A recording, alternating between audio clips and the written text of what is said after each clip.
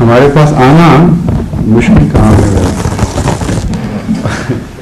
اس کی وجہ ہے کہ اتنے نفرتوں کے پہاڑ کھڑے کیے ہوئے بیچ میں اور اتنا پروپیگنڈا ہے, اتنے گندے لوگ ہیں کہ الٹیمیٹلی اس میں جس طرح ایک افیون کا نشہ ہوتا ہے اس طرح پروپیگنڈے کا ایک نشہ ہوتا ہے.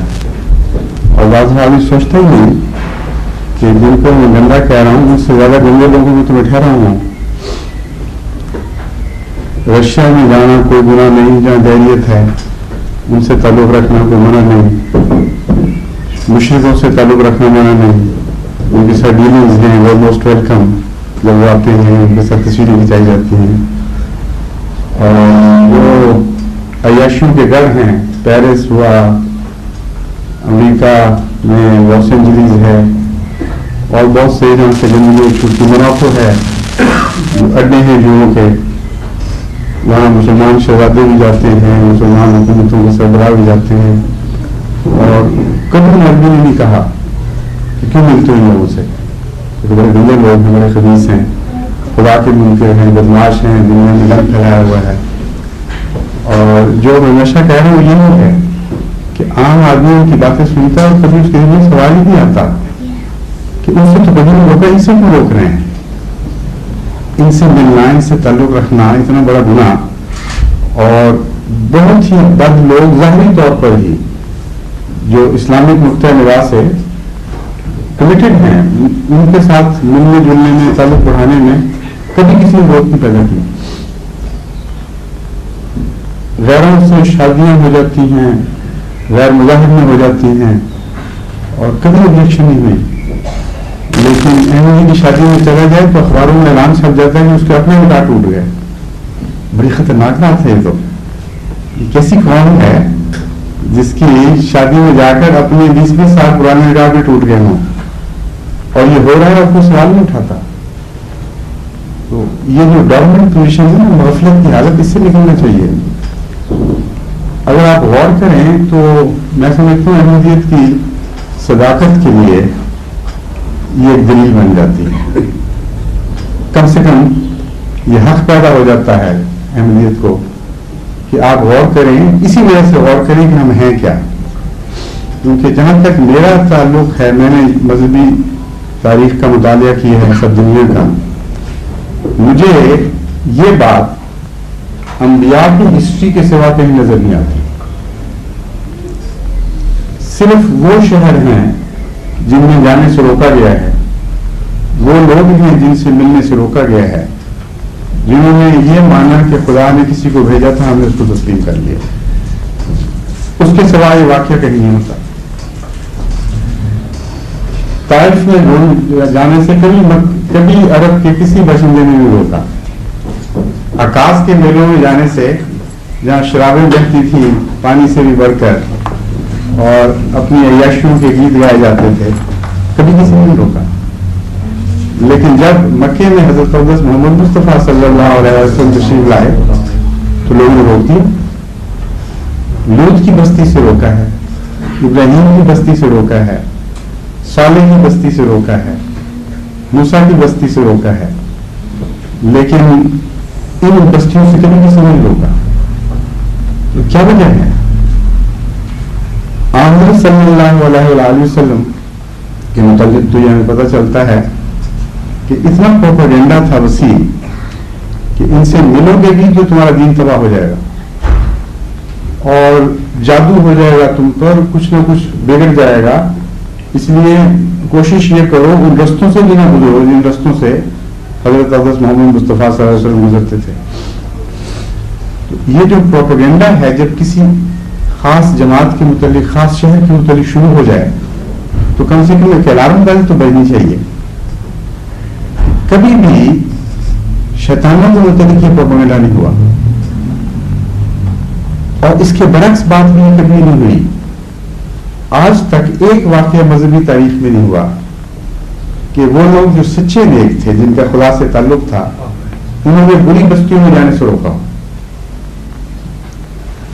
اس سے زیادہ واضح کھلی حقیقت کوئی نہیں ہے جس کے لیے آپ کو کسی تحریری دلیل کی ضرورت نہیں ہے. کھلی کھلی حقیقت, روشن سورج کی طرح روشن حقیقت. اب میں آن حضرت صلی اللہ علیہ وسلم کی زندگی سے 2 مثالیں آپ کے سامنے رکھتا ہوں.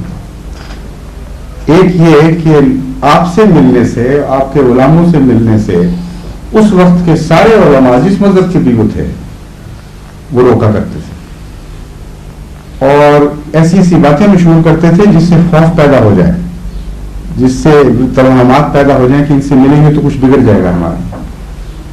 ایک موقع پر ایک بڑھیا کے مطابق آتا ہے کہ وہ مکے میں داخل ہوئی اور ڈرتی ڈرتی اس حال میں کہ جو رستے میں راہگیر نظر آتا تھا اس سے پوچھتی تھی کہ یہ بتاؤ کہ محمد تو نہیں گزرتا صلی اللہ علیہ وسلم نے رستے سے کی. وہ پوچھتے تھے کیا ہوا تمہیں، کیا مطلب ہے؟ اس نے کہا تو بڑا خطرناک جادوگر ہے، وہ اس کا سایہ پڑ جائے تو انسان کا دین تباہ ہو جاتا ہے، اس لیے میں اس سے بچ رہی تھی. اب اللہ تعالیٰ کی شان ہے، اس کو سبق دینا تھا. خود حضور اکرم صلی اللہ علیہ وسلم اس کو رستے میں مل گئے اور اس نے پوچھا کہ بھائی یہ بتاؤ کہ یہاں سے محمد تو نہیں گزرتا. حضرت صلی اللہ علیہ وسلم کا کردار، آپ کا اخلاق سن دیکھیں، آپ نے اپنا تعارف وہاں نہیں کرایا. فرمایا بی بی تم بوڑھی ہو، تمہارے بوجھ سے کمر جھکی ہوئی ہے، تو اپنا سامان مجھے دے دو، جہاں جانا ہے میں تمہیں لے کے چلتا ہوں، میرے ساتھ چلو. بڑھیا کو اور کیا چاہیے تھا، کوئی پوچھ نہیں رہا تھا، سوال کا جواب دے کے غائب ہو جاتا تھا ایک انسان. حضور اکرم صلی اللہ علیہ وسلم نے اس کا سامان اٹھایا، ساتھ لے کر اسے گھر تک پہنچایا اور اس وجہ سے نہیں بتایا کہ پھر وہ گھبرا نہ جائے اور اپنی دوبارہ تکلیف میں مبتلا نہ ہو جائے. جب سامان رکھا تو پھر فرمایا کہ بی بی وہ میں ہوں جس کے متعلق تم سنا کرتی تھی. اس نے یہ جواب دیا کہ اے محمد اگر تو ہی وہ جادوگر ہے تو خدا کی قسم تیرا جادو چل گیا اور میں تجھ پر ایمان لاتی، کیونکہ یہ اخلاق کا جادو ہے، یہ سوائے اللہ والوں کے کسی کو نصیب نہیں ہو سکتا. اور وہ مسلمان ہو گئی. ایک طرف یہ ہے جو سنت محمد مصطفیٰ صلی اللہ علیہ وسلم، اس کے مقابل پر غیروں کی یہ سنت کے ڈھنڈورے پٹ رہے ہیں کہ اگر تم مسلمان کے پاس ہی بول جاؤ گے، بھرشٹ ہو جاؤ گے، تمہارا دین تباہ ہو جائے گا، تمہارے اخلاق بگڑ جائیں گے، تم پر جادو چل جائے گا. دوسری طرف حضور اکرم صلی اللہ علیہ وسلم سے زیادہ بھی مقدس کوئی دنیا میں سوچا جا سکتا ہے. کس بستی میں جانے سے آپ رکے ہیں؟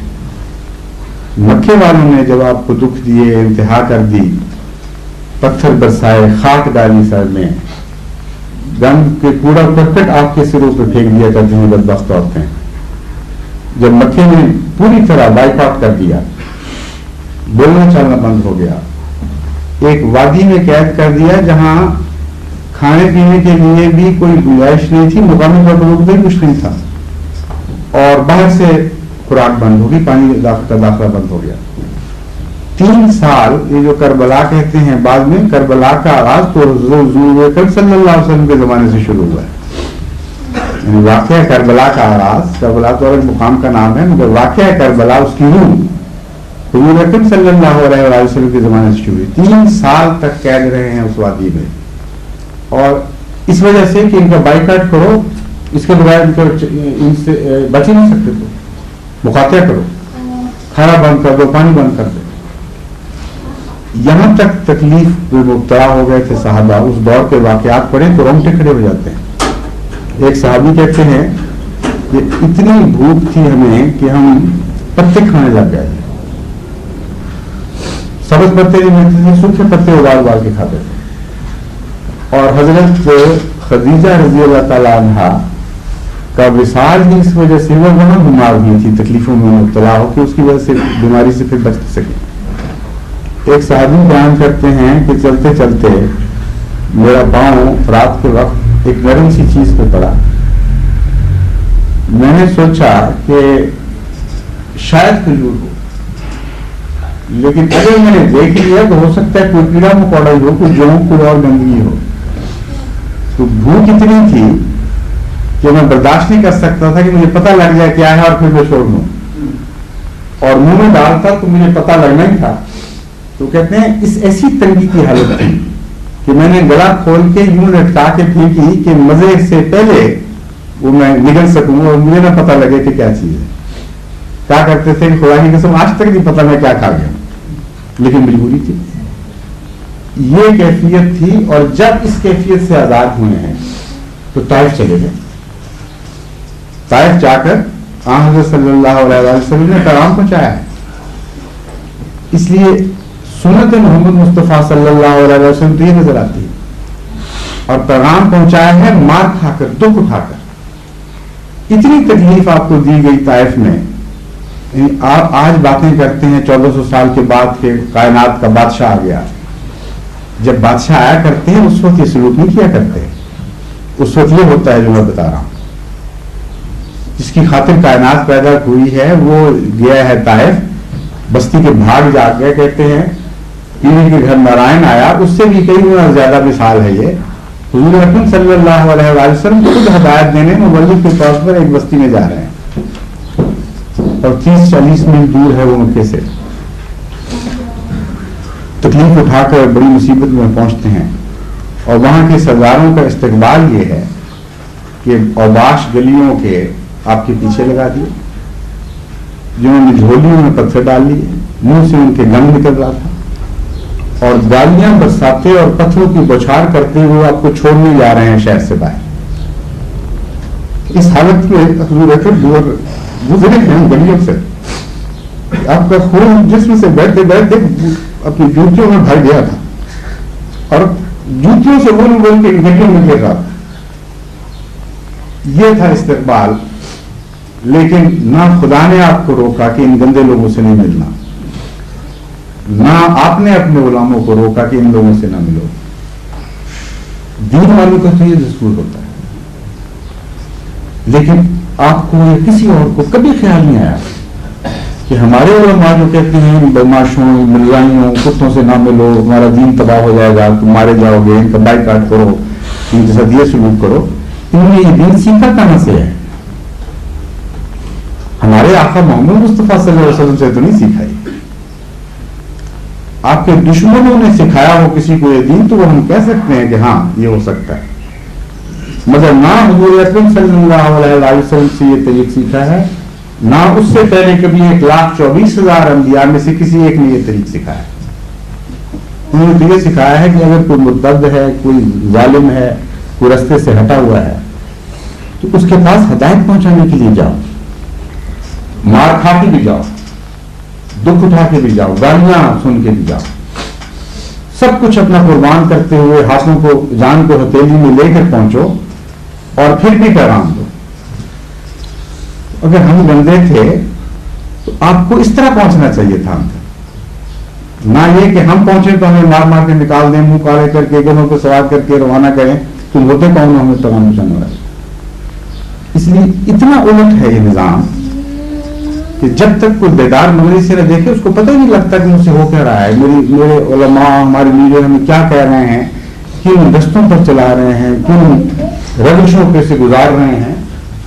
حالانکہ آپ جانتے ہیں سارے، مگر بہت ساری حالتیں فوری حالت میں گزر جاتے ہیں، پتہ ہی نہیں کرتے کہ کیا ہو رہا ہے ہمارے ساتھ.